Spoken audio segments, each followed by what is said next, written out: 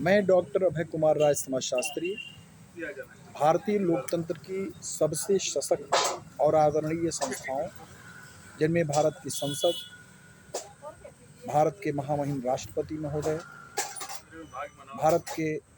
माननीय प्रधानमंत्री जी, सर्वोच्च न्यायालय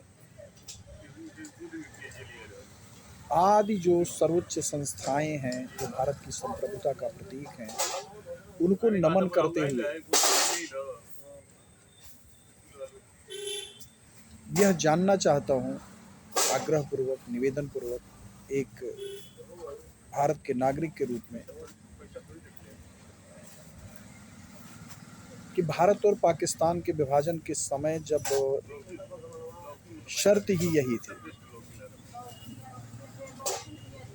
द्विराष्ट्रवाद सिद्धांत के आधार पर,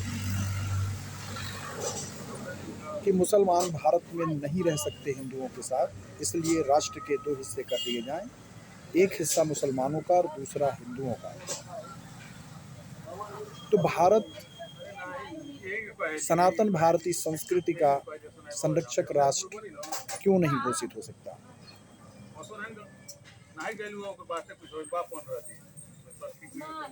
1976 ईस्वी में 42वें संविधान संशोधन के माध्यम से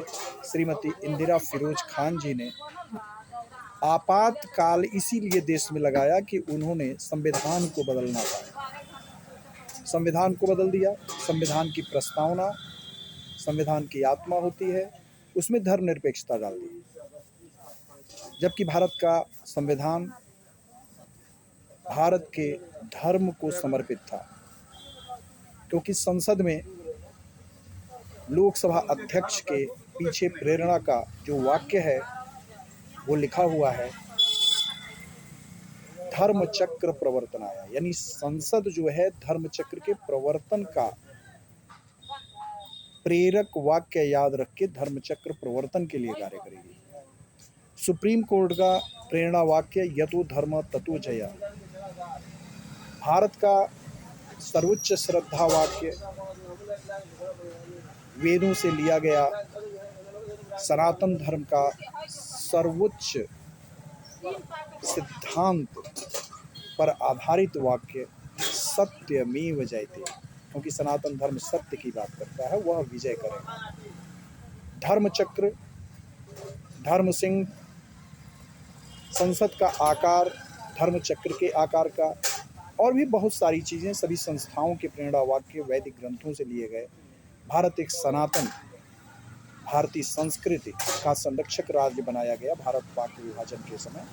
पाकिस्तान तो मुस्लिम राज्य बन गया, लेकिन इंदिरा फिरोज खान जी ने 1976 ईस्वी में जबरन आपातकाल लागू करके अपनी फिरोज खान फैमिली के हितों को संरक्षित करने के लिए भारत को जो धर्मनिरपेक्ष बना दिया, संविधान की प्रस्तावना को बदलकर, यानी संविधान को बदलकर जबरन धर्मनिरपेक्षता की ओर मोड़ दिया, तो भारत क्यों नहीं सनातन भारतीय संस्कृति का संरक्षक राष्ट्र घोषित हो सकता है? क्योंकि कानूनन जो धर्मनिरपेक्षता डाली गई वो कानूनन सही नहीं है, क्योंकि संसद निलंबित थी, क्योंकि आपातकाल लागू था और संविधान को नहीं बदला जा सकता। बाबा साहब भीमराव अंबेडकर जी के नेतृत्व में भारत की संविधान सभा ने संविधान के निर्माण के समय ही इस प्रस्ताव को दरकिनार कर दिया था, निरस्त कर दिया था और कहा था कि धर्मनिरपेक्षता संविधान में नहीं डाला जा सकता। तो क्यों डाल दिया गया? इसको निकाला जाना चाहिए और भारत को सनातन भारतीय संस्कृति, जिसमें हिंदू, बौद्ध, जैन और सिख आते हैं, इनके संरक्षक राष्ट्र के रूप में घोषित किया जाना चाहिए, क्योंकि भारत और पाकिस्तान का विभाजन इसी शर्त पर हुआ था कि भारत सनातन भारतीय संस्कृति का संरक्षक राष्ट्र यानी हिंदू राष्ट्र रहेगा, जिसमें बौद्ध, जैन और सिख भी आते हैं। तो इस दिशा में पहल होनी चाहिए, इस दिशा में कार्य होना चाहिए, नहीं तो ये भारत की सनातन संस्कृति की अनुगामी जनता के साथ धोखा है और जनता इस धोखे को स्वीकार नहीं करेगी। जनता धीरे धीरे जनमत बनाएगी और अपने संवैधानिक संस्थाओं से आग्रह जारी रखेगी, जरूरत पड़ेगा तो आंदोलन पर उतरेगी और भारत के साथ हुए इस छल को दूर करके भारत को सनातन भारतीय राष्ट्र के रूप में घोषित कराने हेतु संघर्ष जारी रखेंगे। वंदे मातरम।